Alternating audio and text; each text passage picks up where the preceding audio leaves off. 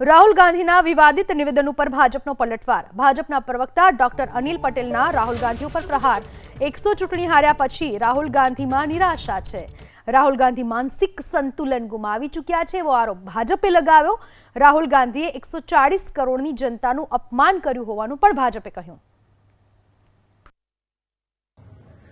રાહુલ ગાંધીએ વાસ્તવમાં કોઈ સારા સાયકિયાટ્રિસ્ટને બતાવવાની જરૂર છે અને જે પ્રકારે એક હેબ્યુચ્યુઅલ ઓફેન્ડર હોય અને ગુનાહિત માનસિકતા જે રીતે કોઈ વ્યક્તિ દર્શાવતી હોય એ જ રીતે રાહુલ ગાંધી અનેક વખત બોલ્યા છે।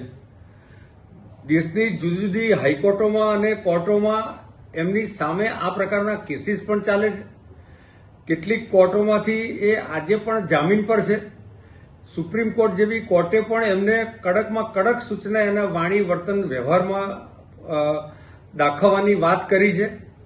પરંતુ રાહુલ ગાંધી સદંતર દેશની પ્રગતિ, નરેન્દ્રભાઈની પ્રતિષ્ઠાને સાંખી શકતા નથી અને એટલા જ કારણે એ જ્યારે એક લોકપ્રિય વડાપ્રધાનનું અપમાન કરે છે ત્યારે એ ખરેખર 140 કરોડની જનતાના મેન્ડેટનું અપમાન કરે છે અને એને એ ગદ્દાર કહે છે। મને લાગે છે કે રાહુલ ગાંધીના આ પ્રકારના વર્તનથી કદાચ સોનિયાજી પણ દુઃખી હોય, પણ હા સોરી, આ એ જ સોનિયાજી છે કે જેમણે નરેન્દ્રભાઈને મોતના સોદાગાર કીધા હતા। તો શું આ મેન્યુફેક્ચરિંગ ડિફેક્ટ છે કે રાહુલ ગાંધી સતત આ જ પ્રકારનું બોલ્યા કરે છે કે આખા કોંગ્રેસના ડીએનએમાં છે?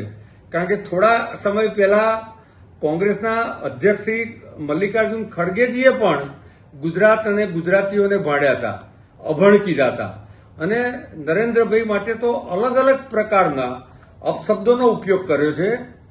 દેશની જનતા હજુ પણ એમને જડબા સલગ જવાબ આપવાની છે અને હજુ પણ રાહુલ ગાંધીમાં આ પ્રકારના પાગલપણાની માત્રા આવનાર સમયમાં વધતી જવાની છે।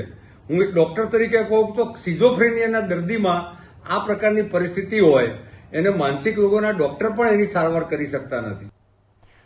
તો ભાજપે તો જોરદાર વળતો પ્રહાર કર્યો હતો, પણ શા માટે? એવું તો રાહુલ ગાંધીએ શું કહ્યું હતું, આવો આપને સંભળાવીએ એ દિવસે શું કહ્યું હતું રાહુલ ગાંધીએ।